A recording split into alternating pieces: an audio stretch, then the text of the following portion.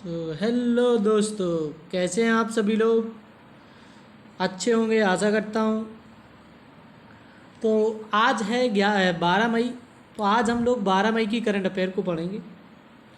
तो जो लोग सबसे पहले हमारी चैनल पर जुड़ रहे हैं वो लोग चैनल को लाइक करेंगे, शेयर करेंगे और सब्सक्राइब करेंगे। ठीक है दोस्तों, तो चलिए हम लोग स्टार्ट करते हैं अपने पहले क्वेश्चन की ओर कि पहला क्वेश्चन है क्या।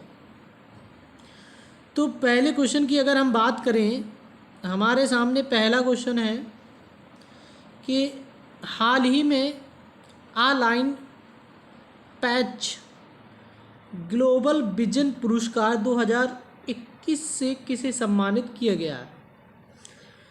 तो ये ग्लोबल विजन पुरस्कार जो है ये आपकी गीता मित्तल को दिया गया। किसे दिया गया? गीता मित्तल को ये पुरस्कार दिया गया है। ठीक दोस्तों, अगला क्वेश्चन देखिए। अगला क्वेश्चन कहा गया है कि हाल ही में असम के नए मुख्यमंत्री कौन बने हैं। तो याद रखिए, तो आपके असम के मुख्यमंत्री कौन बने, किसने शपथ ली है? तो हेमंत बिस्वे शर्मा ने इसकी शपथ ली है। असम के राज्यपाल कौन है? जो जगदीश मुखी। कौन है? जगदीश मुखी यहाँ के राज्यपाल हैं। जगदीश मुखी ने इन्हें क्या की है? शपथ दिलाई है। किसे?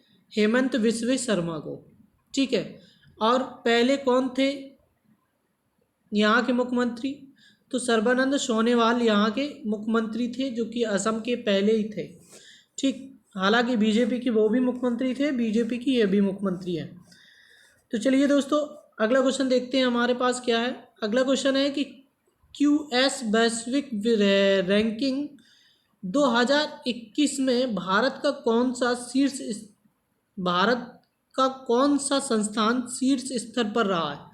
मतलब कहने का मतलब है कि एक विश्वविद्यालय की रैंकिंग जारी की गई, इसमें भारत का कौन सा एक ऐसा संस्थान है जो इस रैंकिंग में शामिल हुआ है या शीर्ष स्थान में शामिल रहा है। तो बॉम्बे, ITI बॉम्बे इसमें शामिल हुआ है।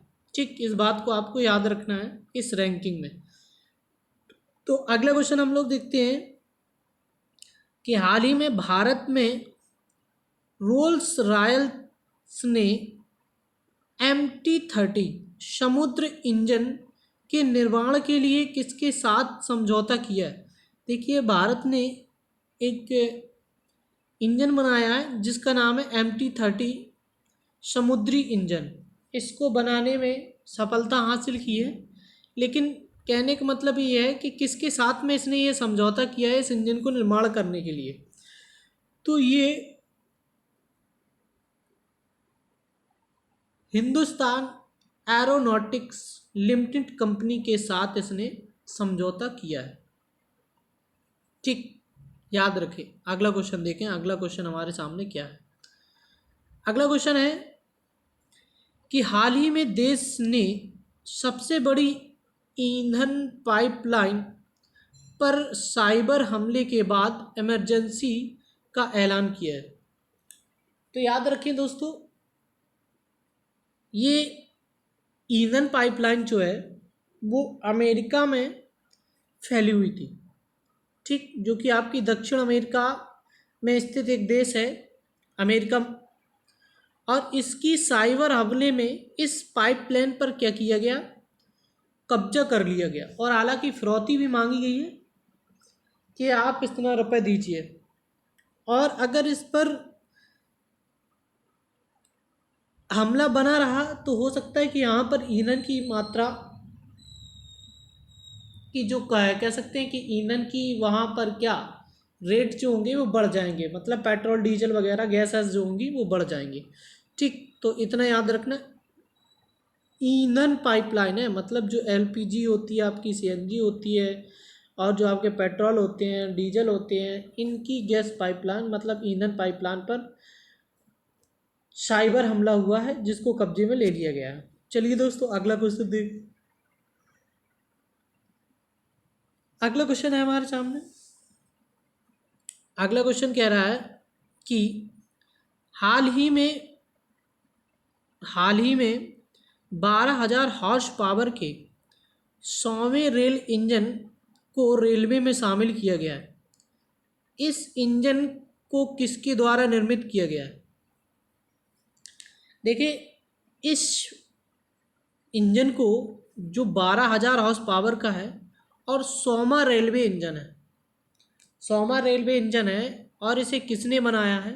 तो याद रखें, इसे किसने बनाया है? तो मध्यपुरा इलेक्ट्रॉनिक जो लोकोमोटिव प्राइवेट लिमिटेड है उसने बनाया है। और ये मध्यपुरा कहाँ पर पड़ता है? ये मधेपुरा लिखा है, मध्यपुरा है, और ये बिहार में पड़ता है। कहाँ पर पड़ता है? बिहार में पड़ता है मध्यपुरा, जिसने इसको बनाया है। मतलब 12,000 हॉर्स पावर का रेलवे इंजन। ठीक है,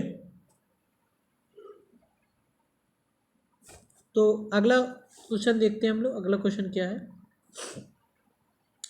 कि हाल ही में अप्रैल माह में अंतर्राष्ट्रीय क्रिकेट परिषद के लिए सर्वश्रेष्ठ पुरुष क्रिकेटर किसे चुना गया है?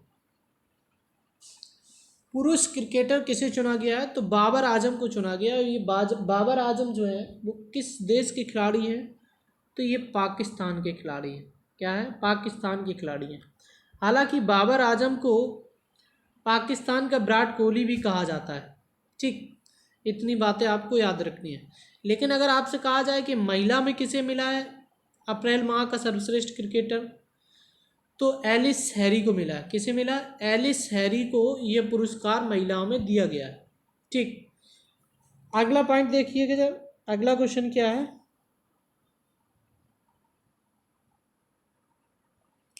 अगला क्वेश्चन है कि हाल ही में देश की मीडिया ने एक रिपोर्ट के अनुसार चीन 2015 से कोरोना की जैविक हथियार बनाने की तैयारी कर रहा था। एक ऑस्ट्रेलिया का न्यूज़पेपर है, उसने ये बात कही है कि चीन जो है वो 2015 से लगातार जैविक हथियार का, कोरोना को जैविक हथियार के रूप में प्रयोग कर रहा था। ठीक, और कहते हैं इसके रीजन बहुत सारे बताए जाते हैं। इस अखबार में ये भी बातें की गई हैं कि अगर चीन में वायरस चमगादड़ों के द्वारा फैला है, कहाँ से? चमगादड़ों के द्वारा।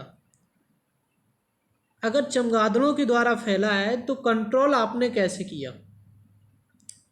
हम लोग देख रहे हैं कि जहाँ से कोरोना वायरस की उत्पत्ति हुई थी, वुहान शहर से चीन के, वहाँ पर कोई भी केस कोरोना के नहीं आ रहे, और वहाँ पर सभी लोग जीवन जो है वो अच्छे से जी रहे हैं, और पूरा विश्व कोरोना की चपेट में है।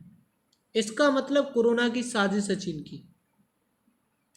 इसके अलावा भी ये भी कहा गया है, इसने प्रत्यक्ष प्रमाण भी दिए हैं कि अगर आपका कोरोना वुहान शहर से फैला तो वुहान शहर के अलावा अन्य प्रांतों में क्यों नहीं फैला कोरोना वायरस? भाई, अगर जैसे भारत में कहीं पर भी जैसे फैला तो भारत के सभी प्रांतों में कोरोना से ग्रसित हैं, केवल वहाँ पर चीन का वुहान शहर ग्रसित रहा, इसके अलावा कहीं नहीं रहा। ठीक, तो ये भी बातें कही गई हैं इस ऑस्ट्रेलिया के समाचार पत्र में, ये बताया गया है यहाँ पर। ठीक है, तो अगला क्वेश्चन क्या है उसके ऊपर हम लोग बात करते हैं।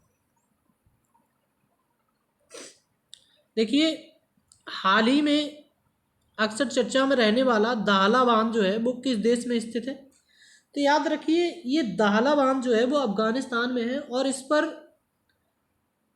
क्या कहते हैं, इस पर क्या हुआ है कि इसको कब्जे में ले लिया किसने? मतलब इसको भी कह सकते हैं हड़प लिया है, या कह सकते हैं कि जो बांध है इस पर मध्य एशिया के जो देश हैं उन्होंने इस पर कब्जा कर लिया है। ठीक, दाहला बांध कहाँ पर है? अफगानिस्तान में स्थित है। चलिए अगला क्वेश्चन है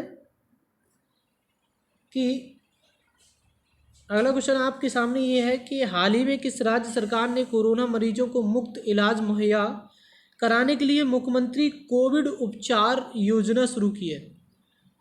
देखिए, अभी इससे पहले एक स्कॉलरशिप योजना भी लॉन्च की गई थी, जो कि कोरोना मरीज के लिए आर्थिक सहायता 5,000 रुपये रिक्शा रेहड़ी वालों को देने की बात की गई थी, और 2 महीने तक राशन मुफ्त दिया जाएगा। इस प्रकार की योजनाओं को संचालित किया था किसने? मध्य प्रदेश सरकार ने किया था। अब मध्य प्रदेश सरकार ने ये कहा है कि कोरोना के मरीज हैं उन्हें मुफ्त इलाज दिया जाएगा, चाहे वो सरकारी अस्पताल हो चाहे प्राइवेट अस्पताल हो। और